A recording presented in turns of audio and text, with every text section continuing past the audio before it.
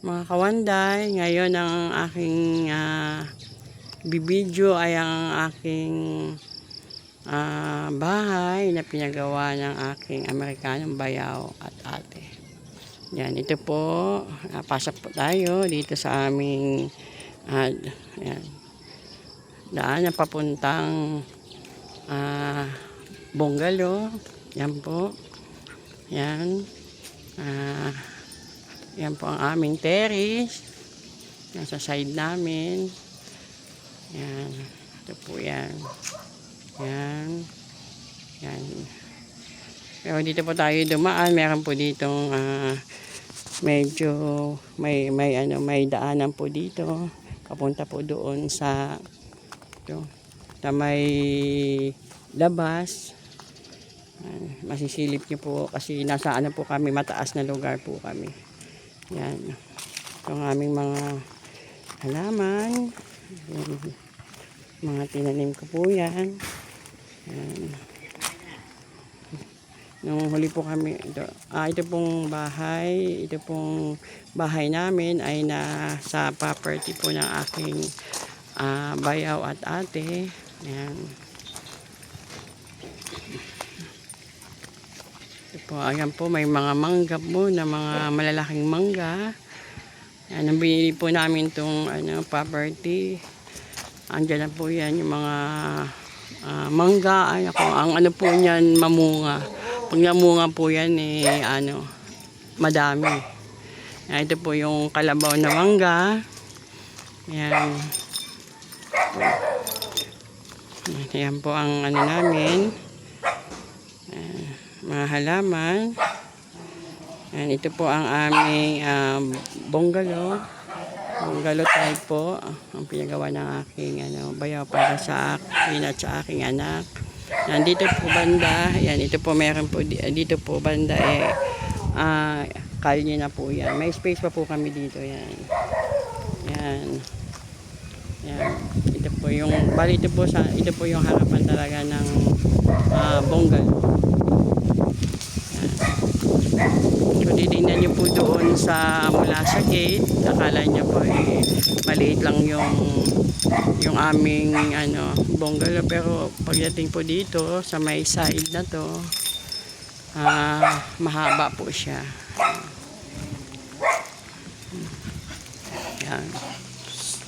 Malaki pa po, maluwag pa po yung lugar namin, itong sa likod namin. Yan, malaki pa po yung space. Yan. Yan po. Yan. Ang ilaw po namin dito karamihan sa labas, solar po. Solar, mga ilaw namin yan. May solar kami dyan sa likod. Yan, pasensya na po at medyo magulo pa dahil may pinagagawa pa ang aking bayaw doon sa taas. Andito yung mga gamit. Yan. Ito po. Yan po yung sa may side po ng aming bungalow. Yan. Yan. Ito pong naka-separate na kwarto na to. Ito po ay aming storage. Yan. Pinagawa po ng bayaw ko kasi yung bahay namin, dalawa lang po ang kwarto, so wala po kaming lagayan talaga ng storage, kaya ang ginawa ng bayaw ko, nagpagawa na lang ng storage dito. Yan, sa likod namin. Ito po, para hindi po nagkakalat. Medyo makalat ngayon kasi inaayos ko pa po. Yan ang aming storage. Yan, solar po ang aming gamit. Yan. Ito yan po sa may sa may labas. Ito po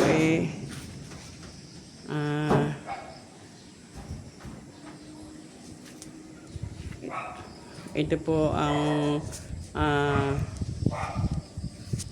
ng aking anak, kanyang garahe para sa kanyang motor. Yan. Yan po. Ito po sa may likod po namin. Yan. Ang aking sambayan.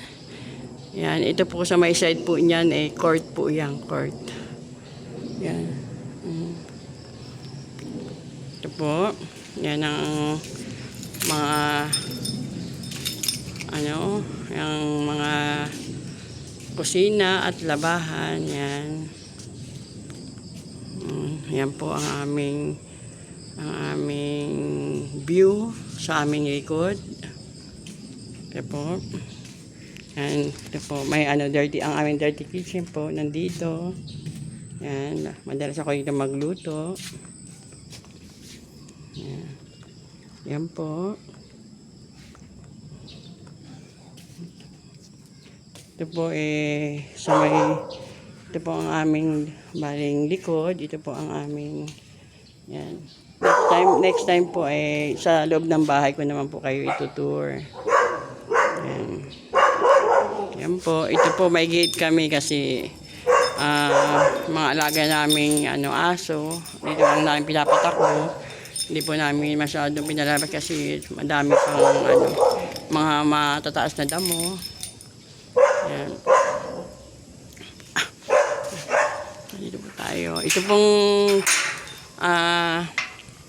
daanan na ito. Papakyat po ito sa court, sa bahay ng aking ate at bayaw at saka sa gazebo sa may swimming pool.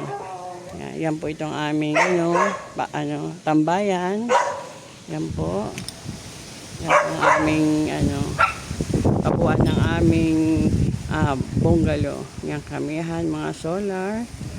Ang aming gamit. Yan. Ito naman po ang mangga, Indian mango po ito. Nako. Ang dami ito pag mamunga. At napakatamis. Yan, ito po bago po itong gawa. Yan. Kasi dati mga paso po yan. Madaming bato para maganda pa tingnan. Yan, tanim din kami ng mga bulaklak, iba-ibang klaseng bulaklak. Yan po. Ito tayo dito. Yan, mga halaman. Yan. Ito po ang sa side po. Yan. Ayan na po. Makita po nyo. Para kayong yan, tagbulaklak ngayon ng bougainvillea. Yan po ang aming side ng aming bahay, bungalow, at ang mga paligid po niya. Kanyang space. Maluwag po. Yan po, next time po itutur ko kayo sa loob ng aking sa aming bahay na bungalow. Salamat!